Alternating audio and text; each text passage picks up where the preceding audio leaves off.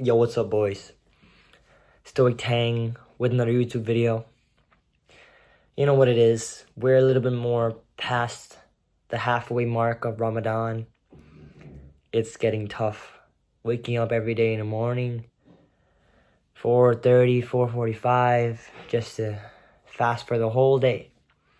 You know, those are only some minor difficulties in this life. Minor difficulties, minor problems. Teaches you how to become calm, how to be patient, how to feel things even though you're being pressed, even though buttons are being pushed. Every single day you got to be strong enough to handle it, and you got to be strong enough to understand that some things are not gonna go the way you want them to do. You know who the greatest planner is? The greatest planner is Allah. The greatest planner is God. The greatest planner and the only planner is God. Don't ever try to change something that's meant for you.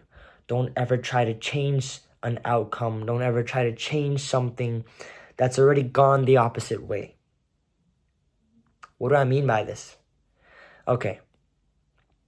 When you really want something, you try your hardest, you spend hundreds and thousands of hours on one specific project, one specific thing that you want to achieve.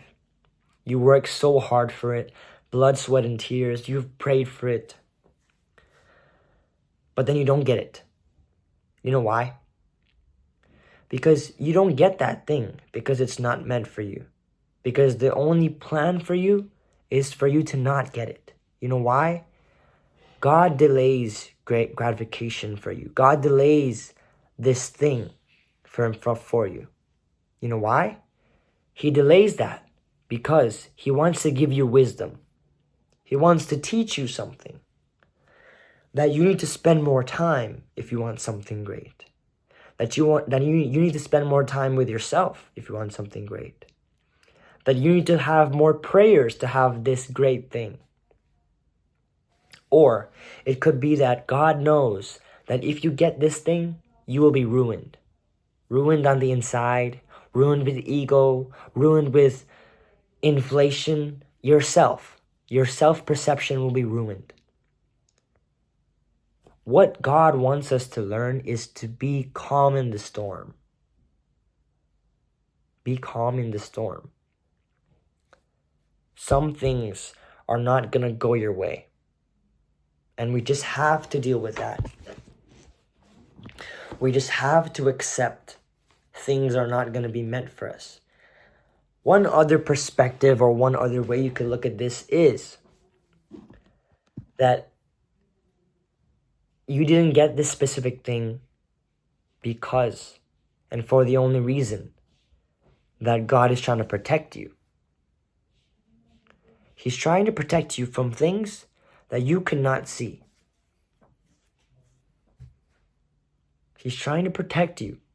He is also our guide. He knows what's going to happen next. It could be that if you got this job, you would fall into depression. If you got this woman, you would fall into crippling narcissistic abuse for 20 years. You never know. Some things are the way they are because God has seen all the outcomes. You know in that movie, Infinity War, where the timekeeper looked through all the possibilities and seen every single one of them and saw the only outcome that would be positive? Yes, that is how God sees things.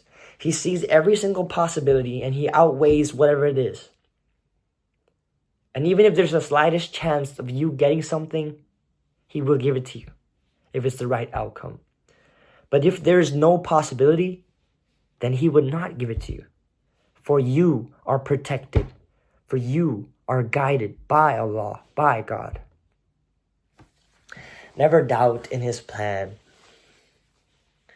And, you know, sometimes being a believer, sometimes just being a good person, we may take it for granted.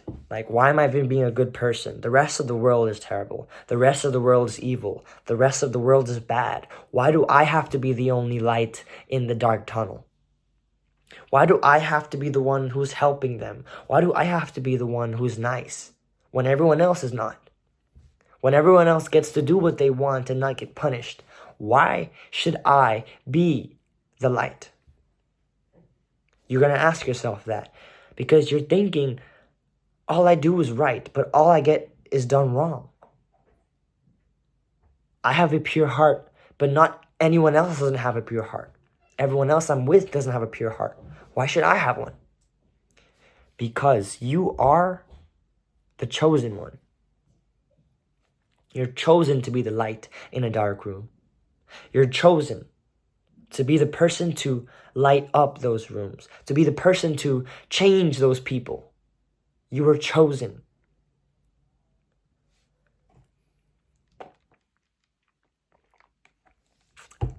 Now you may think, why are you drinking this? Now you may think, isn't that unhealthy? Now you may think that if you've done a little sin, that if you broke your diet plan by eating a donut, drinking a drink, that you're going to downward spiral and you're going to start binging and gaining 500 pounds, for example. You will not. Your mental capacity is to acknowledge that as human, we are prone to error.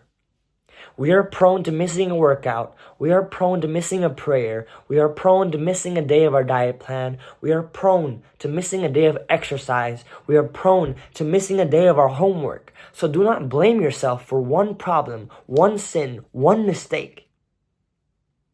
And try to be consistent with the following days after you make that sin, after you make that mistake. You know why? Because consistency compounds.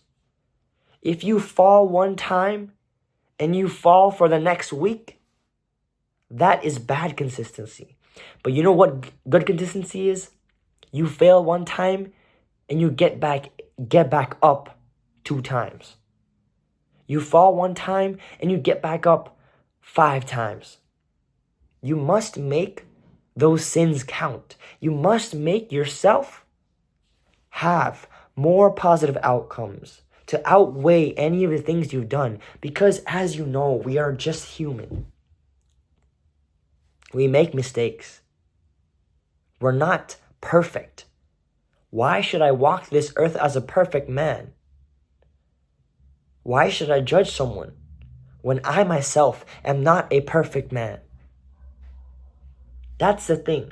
You don't judge anybody. Me personally, I have been judging people my whole life. And that's my problem. Why should I judge somebody when I can't follow my own rules 100% of the time? And you can't either. Nobody can. We are human. We don't follow rules 100% of the time. Yet, we still like to judge. We still like to gossip about what people are doing wrong. Why is that? Because we think we're better? We think our egos are higher? We think we're better than the person who commits sin? We're not better.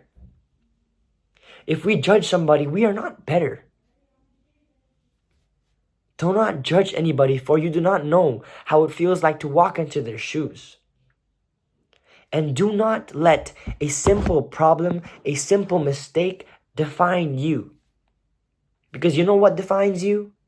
Your morals, your values, how you speak up for yourself, how you treat people. Are you kind or are you not? Are you respectful or are you not? You know how much power we have into speaking words into the universe, into speaking words to God? We have so much power with our voices, yet we don't use it enough. Once you speak something into the universe, into the God, once you say something, there's a vibration. This vibration corresponds to actual action. I'm going to be the greatest. I'm going to be the smartest. I'm going to be the most successful. I'm going to be the best faithful person and servant of God. these vibrations of what I'm saying are going to lead to something great because I said it myself, my brain recognized it, the world recognized it, and lastly, God heard it. After you say something, you don't only say it, you also think it, for you have a thought and an action from your mouth. These two combine to create an unstoppable force of manifestation. I'm going to be the best. I am him. Nobody's better than me. It's honestly not ego. It's called believing in yourself. You don't compare yourself to anybody else. You compare yourself to you.